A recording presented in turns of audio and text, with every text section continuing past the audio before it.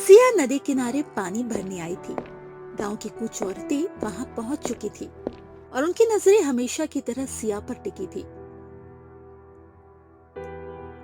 अरे देखो तो जरा, कौन पानी भरने आई है? हमारी गांव की वही मनहूस लड़की। हाँ हाँ, सही कहा बहन तुमने। अपने माँ बाप को तो बचपन में ही खा गई, पता नहीं अब क्या नया करेगी। हमने तो कई बार मुखिया से कहा इसे गांव से बाहर निकाल दो, पर मुखिया इसे बाहर ही नहीं निकालता। मुझे तो लगता है मुखिया के साथ इसका कोई चक्कर है। छी काकी, आप लोगों को शर्म नहीं आती ऐसी बातें करते हुए? मैं आपकी ही बेटी की उम्र की हूँ, फिर भी मुझे मनहूस कहते हो। मैंने तो किसी का कुछ नहीं बिगाड़ा, क्यों हर रोज मुझे ही कटघरे में खड़ा करते हो? तू हमारी बेटी की उम्र की होगी, पर हमारी सगी बेटी थोड़ी ना है।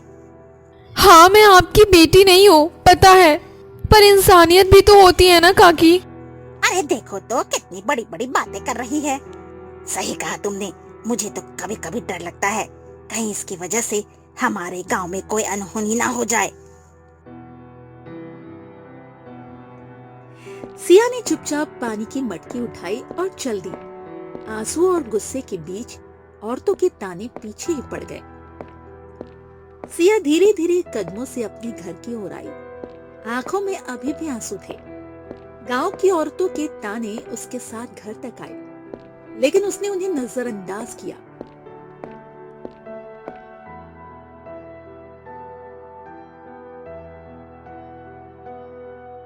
हर रोज ये ताने कभी खत्म ही नहीं होंगे क्या? माँ, बाबा, आप मुझे छोड़कर क्यों चले गए? क्या मैं इतनी बुरी थी? इतना अकेला क्यों छोड़ दिया आपने? क्यों मेरी वजह से गांव में डर और बातें फैलती हैं? क्या मैं सच में इतनी मनहूस हूँ? सिया अपने कमरे की ओर जाती है। उसकी आंखों में आंसू है, लेकिन चेहरे पर हौसले और आत्मविश्वास की झलक भी है।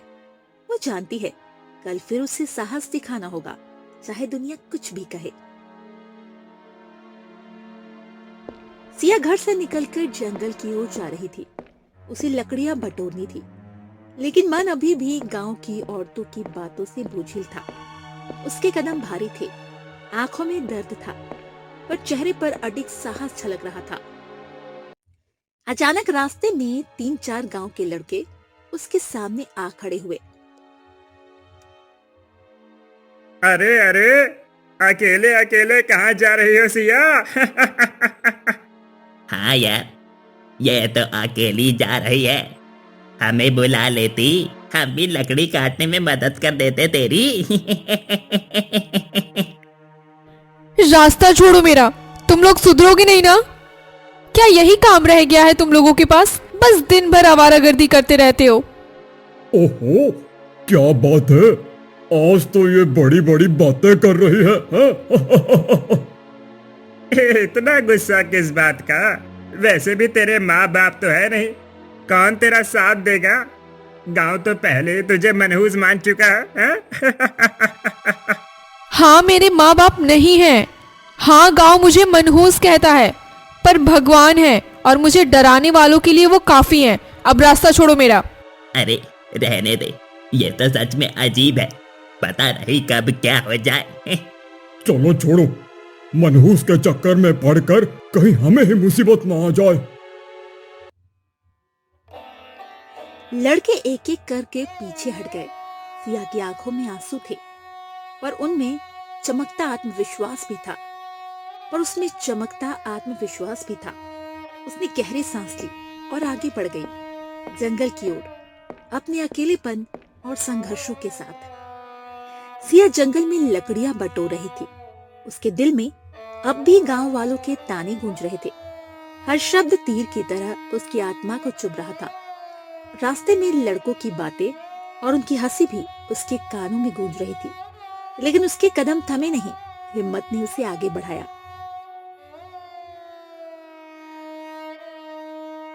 लोग चाहे जितना ताना दे, पर मेरा हौसला ही मेरी असली ताकत है। माँ, बाबा, अगर आप होते तो शायद ये सब सहना आसान होता। कौन है वहां? कौन? सामने आओ, छुप क्यों रहे हो? हे भगवान, कहीं ये कोई जंगली जानवर तो नहीं है? ये इंसान की आवाज है। कोई घायल है क्या?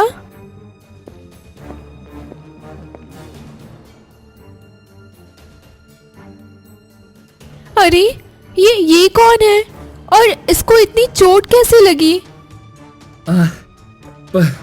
पानी पानी। लो पानी पियो, हिम्मत रखो, भगवान तुम्हें ठीक कर देंगे। तुम कौन हो? तुम मेरी मदद क्यों कर रही हो? मैं सिया हूँ, पास के ही गांव में रहती हूँ। तुम्हें घर ले जाना होगा, वरना।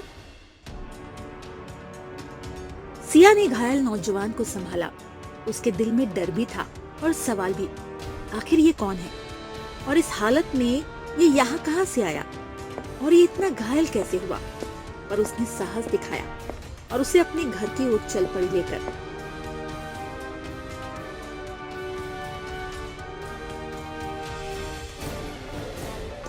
रात गहराने लगी थी। सिया थकते थकते घायल नौजवान को अपने छोटे से घर में ले आई। उसका मन अभी भी वही सारे सवालों से भरा था। ये कौन है और किसने इसे घायल किया? क्या इसे यहाँ छुपाना सुरक्षित होगा? लेकिन उसकी दया ने डर पर जीत हासिल की। लो, यहाँ आराम से लेट जाओ, यहाँ तुम सुरक्षित हो। सिया ने उसके घाव साफ किए और औषधि लगाई। उसके दिल में डर अब भी था। अगर गांव वालों को पता चल गया तो शायद वो उसे और भी मनहूस कहेंगे। लेकिन उस पर उसके लिए सबसे बड़ा धर्म इंसानियत था। सुबह का समय था। गांव चौपाल पर कुछ औरतें और मर्द जमा थे। बातें फिर से सिया पर ही आकर रुक गई। कल रात मैंने देखा सिया किसी को सहारा देकर अपने घर ले जा रही थी। क्या कह रही हो? कोई मर्द था क्या? अब समझ आई मुझे, इसीलिए तो मुखिया ऐसे गांव से निकालना नहीं चाहता। जरूर कोई राज छुपा है। ये अच्छी बात नहीं है। अगर सिया के घर में कोई अजनबी है तो ये गांव के लिए खतरा भी हो सकता है। हाँ, पहले ही ये लड़की मनहूस है, ऊपर से अब किसी अनजान को घर में रख रही है। आज इसका हिसाब लेना होगा। गांव वालों के मन में शक आग की तरह फैल गया। कुछ ही देर में भीड़ सिया के घर की ओर बढ़ने लगी। गांव की भीड़ सिया के छोटे से घर के बाहर इकट्ठी हो गई। हर चेहरे पर शक था और हर आंख में ताने।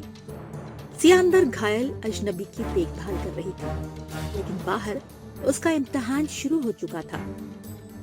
ओ सिया, दरवाजा खोल, हमें सब पता है अंदर कौन छुपा रखा है तूने। क्यों छुप रही हो? आज तो सच सबके सामने आ ही जाएगा। मुझे बाहर मत दिखाना, अगर गांव वालों ने देखा तो मुझे मार डालेंगे। चुप रहो, तुम कुछ मत बोलो, मैं सब संभाल लूंगी। अगर अभी दरवाजा नहीं खोला तो हम तोड़ देंगे। भीड़ का गुस्सा चरम पर था। सिया के सामने सबसे बड़ा सवाल था, क्या सच बता दे या उस अनजान की जिंदगी दांव पर लगा दे।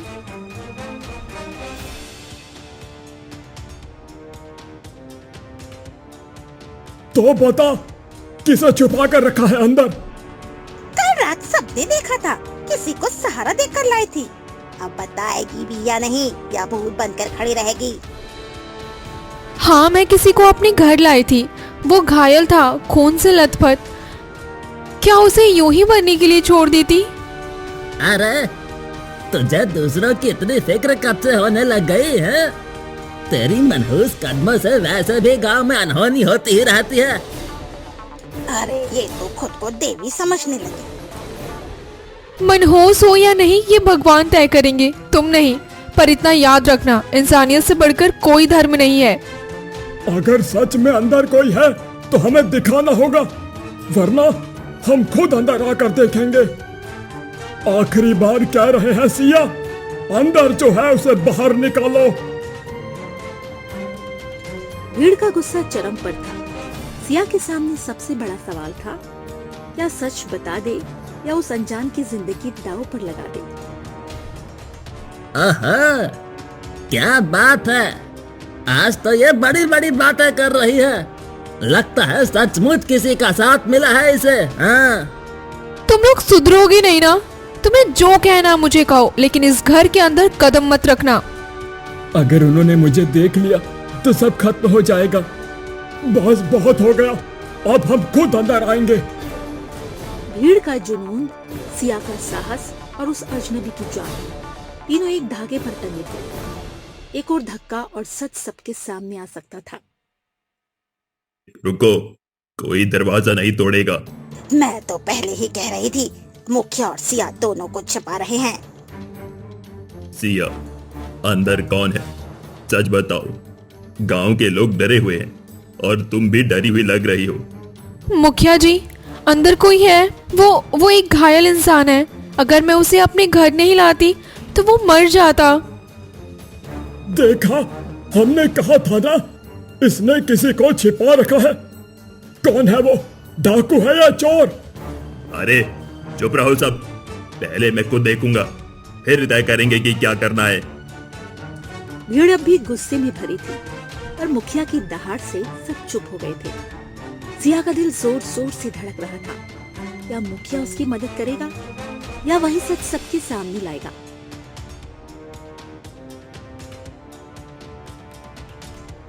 तो यही है वो अजनबी। देखिए मुखिया जी, ये चोर या डाकू नहीं है, बस एक घायल इंसान है। अगर मैं इसे छोड़ देती तो शायद अब तक मर चुका होता। लेकिन ये है कौन? किसने इस हाल में पहुंचाया है? और सबसे बड़ी बात, ये यहाँ तुम्हारे घर तक कैसे पहुंचा? मुझे नहीं पता मुखिया जी। कल जंगल में लकड़ियां बटोर रही थी, तभी ये मुझे मिला। जिंदगी और मौत के बीच झूलता हुआ मैंने बस इंसानियत निभाई है। ये चेहरा कहीं देखा तो है। मुखिया की आंखों में हैरानी थी। वो घायल अजनबी कौन था? क्या उसका राज पूरे गांव को हिला देने वाला था या सिर्फ सिया की किस्मत को? मुखिया जी, अंदर क्या चल रहा है? अरे हमें भी बताओ, आखिर कौन है वो? अगर कुछ गलत निकला तो हम ये घर तोड़ देंगे। मुखिया जी, अब देख रहे हैं, ये लोग मानेंगे नहीं। अगर इन्हें सच पता चल गया तो ये उसे मार डालेंगे। सिया, सच तो एक ना एक दिन सामने आएगा ही, लेकिन पहले मुझे जानना होगा, तुम सच में इसे सिर्फ जंगल से लाई हो या तुम्हें इसके बारे में कुछ और भी पता है? कसम है मेरे माँ बाप की, मुझे कुछ नहीं पता। मैंने बस एक घायल इंसान देखा और बचाने की कोशिश की। क्या किसी को बचाना गुनाह है मुखिया जी? नहीं सिया, इंसानियत कभी गुनाह नहीं हो सकती, लेकिन इस अजनबी की पहचान जानना जरूरी है, क्योंकि अगर ये कोई बड़ा राज है तो पूरा गांव खतरे में पड़ सकता है। मुखिया जी, अंदर इतना वक्त क्यों लग रहा है? हमें सच बताइए, वरना हम खुद अंदर आ जाएंगे। सिया की सांसें तेज हो गई। भीड़ का गुस्सा बाहर उबल रहा था और अंदर एक ऐसा राज छुपा था जो या तो सिया की इज्जत बचा सकता था या उसे हमेशा के लिए बर्बाद कर सकता था। मुखिया जी, अंदर कौन है? क्या छुपा रहे हैं आप? साफ साफ बताइए। हाँ, कल रात सबने देखा था, सिया किसी को अपने घर लाई थी। आज सच छुपाया तो ये गांव उसे कभी माफ नहीं करेगा। अरे चुप रहो सब, मैंने अंदर देखा है और वहाँ कोई डाकू या चोर नहीं है। अरे अगर डाकू नहीं है तो कौन है? और आप क्यों उसका पक्ष ले रहे हो? मैं तो पहले ही कह रही थी, मुखिया और सिया दोनों को छिपा रहे हैं। वो एक घायल नौजवान है, जंगल में पड़ा था मरने की हालत में। सिया ने सिर्फ उसका जीवन बचाया है। और अगर वो नौजवान हमारे गांव के लिए खतरा निकला तो उसकी वजह से कोई अनहोनी हुई तो? खतरा होगा या नहीं, ये जानना मेरा काम है, तुम सबका नहीं। जब तक मैं जांच पूरी नहीं कर लेता कोई इस घर में कदम नहीं रखेगा। और याद रखना, अगर किसी ने सिया या उस नौजवान को हाथ भी लगाया तो मुझसे बुरा कोई नहीं होगा। गांव वाले मान तो गए और उनके मन का शक और गुस्सा अब भी जिंदा था। सिया ने राहत की सांस ली, लेकिन वो जानती थी कि तूफान अभी थमा नहीं है। सिया, अब सच बताओ, तुम इस लड़के के बारे में सचमुच कुछ नहीं पता? ये चेहरा मैंने कहीं देखा है। ये कोई मामूली आदमी नहीं है। नहीं मुखिया जी, कसम है मेरे माँ बाप की। मुझे तो बस इतना पता है कि ये जंगल में मिला पड़ा था, खून से लथपथ, सांसें टूट रही थी। अगर मैं इसे छोड़ देती तो ये जिंदा ना रहता। पर इसका चेहरा मुझे राजमहल के पहरेदारों के बीच देखा याद आ रहा है। हाँ, और अगर मेरा अंदाजा सही है तो ये लड़का कोई साधारण नहीं बल्कि राज दरबार से जुड़ा हुआ है। राजमहल? तो ये कोई बड़ा राज छुपा रहा है। सिया का दिल तेजी से धड़क रहा था। गांव की चुगलियां एक ओर थी और अब राजमहल का साया उसके सिर पर मंडरा रहा था। क्या उसकी दया ने उसे किसी बड़ी साजिश में खींच लिया था? मैं कहाँ हूँ? शांत रहो, तुम सुरक्षित हो। मैंने तुम्हें जंगल से बचाया है, अब कोई तुम्हें चोट नहीं पहुंचाएगा। मैं मर ही गया था ना। नहीं, तुम जिंदा हो, तुम्हारे पास अब कोई खतरा नहीं है। कौन हो तुम और तुम्हारी ये हालत किसने की? मेरा नाम अर्जुन है और मैं इस राज्य का राजकुमार हूँ। मुझे राजमहल से बाहर जाने की इजाजत नहीं थी। पिताजी हमेशा कहते थे कि राजकुमार को महल से बाहर जाने की जरूरत नहीं, पर मैं जनता को, उनके जीवन को देखना चाहता था। इसीलिए मैंने अपना भेष बदलकर एक साधारण आदमी की तरह कपड़े पहने और महल से चुपचाप बिना किसी को कुछ बताए निकल गया। हाँ, लेकिन जब मैं गांव में घूम रहा था, कुछ दुश्मनों ने मुझे पहचान लिया। वो मेरे पिता के पुराने विरोधी थे। उन्होंने मेरा पीछा किया और मुझे मारने की पूरी कोशिश की। मैं भागता हुआ जंगल में पहुंचा, लेकिन वहां उन्होंने हमला किया और उन्होंने मुझे मरा हुआ समझकर वहीं छोड़ दिया। नहीं सिया, तुम पहुंची, तुमने मेरी जान बचाई। मैं तुम्हारा हमेशा ऋणी रहूंगा। सिया का दिल धड़क रहा था। डर, राहत और हैरानी सभी भाव मिलकर उसकी सांसें तेज कर रहे थे। राजमहल का राजकुमार जो उसके सामने बैठा था, उसकी जिंदगी अब हमेशा के लिए बदल चुकी थी। सिया और अर्जुन के घर से लौटते हुए मुखिया के चेहरे पे एक अजीब सी मुस्कान थी। अब उसे सच पता चल चुका था, वो लड़का कोई साधारण नहीं बल्कि राजकुमार अर्जुन था। लेकिन मुखिया ने यह बात किसी से नहीं कही, क्योंकि अब उसे देख रहा था एक ऐसा मौका जिससे वो सिया को हमेशा के लिए अपने वश में कर सकता था। तो ये लड़का राजकुमार है। अब अगर मैं ये राज खोल दूं तो सिया बच जाएगी, पर अगर मैं चुप रहूं तो सिया मेरी हो सकती है। बहुत दिनों से इस लड़की को पाना चाहता था मैं। हर बार ये मेरे हाथ से निकल जाती थी, पर अब नहीं। हाँ, अब पूरा गांव इसे ही दोषी मानेगा और तब इसे सिर्फ मैं ही बचाऊंगा। मुखिया का चेहरा अब डर नहीं बल्कि एक खतरनाक साजिश की निशानी था। उसने तय कर लिया, वो गांव वालों को सिया के खिलाफ भड़काएगा, राजकुमार की सच्चाई छुपाएगा और इस बहाने से सिया को अपनी इज्जत का नाम देकर बांध लेगा।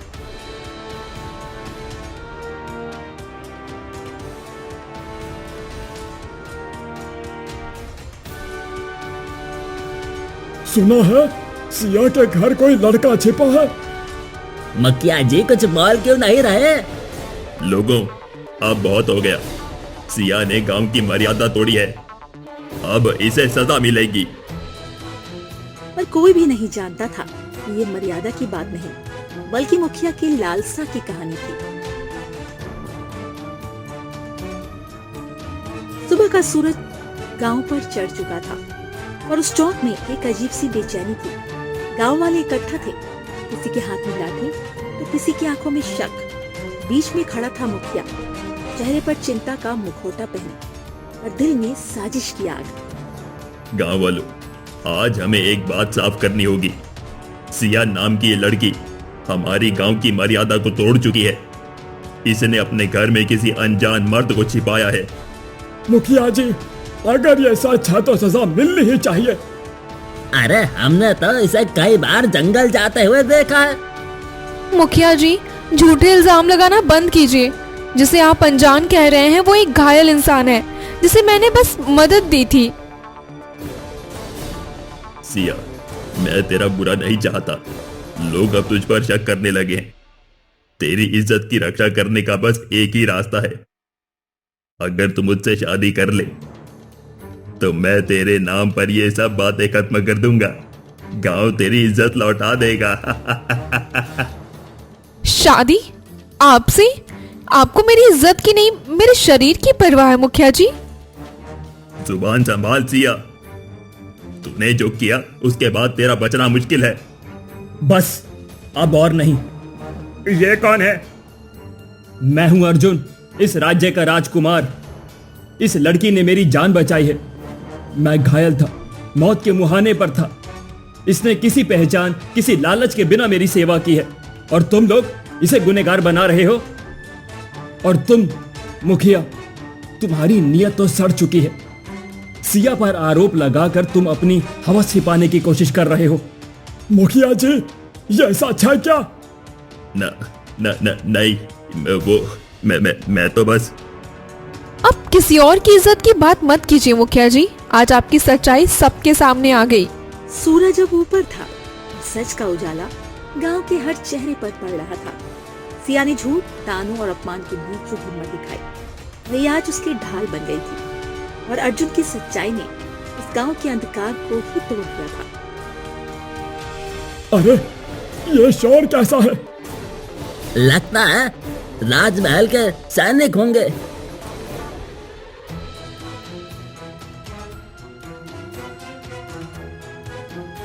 राजकुमार अर्जुन कहाँ है? मैं यहाँ हूँ सेनापति। राजकुमार, पूरे राज्य में आपकी खोज चल रही थी। राजा साहब और रानी माँ का तो बुरा हाल था। मुखिया, तुम्हें अब अपने कर्मों की सजा भुगतनी पड़ेगी। सैनिकों, इसे गिरफ्तार करो और न्यायालय ले चलो।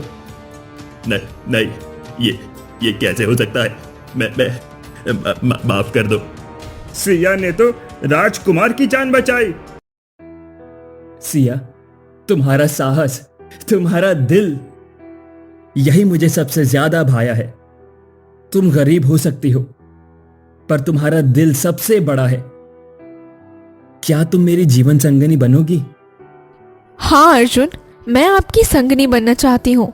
अब मैं अकेली नहीं हूँ, आपके साथ हर दुख और खुशी साझा करूंगी। आज से सिर्फ ये मेरी जीत नहीं है, बल्कि सच्चाई, साहस और न्याय की भी जीत है। हाँ, और अब मैं अपने जीवन का डर और तानों से मुक्त करके जी सकूंगी। सिया और अर्जुन की शादी ने गांव और महल दोनों में खुशियों की बहार ला दी थी। गांव वालों ने सिया के साहस और सच्चाई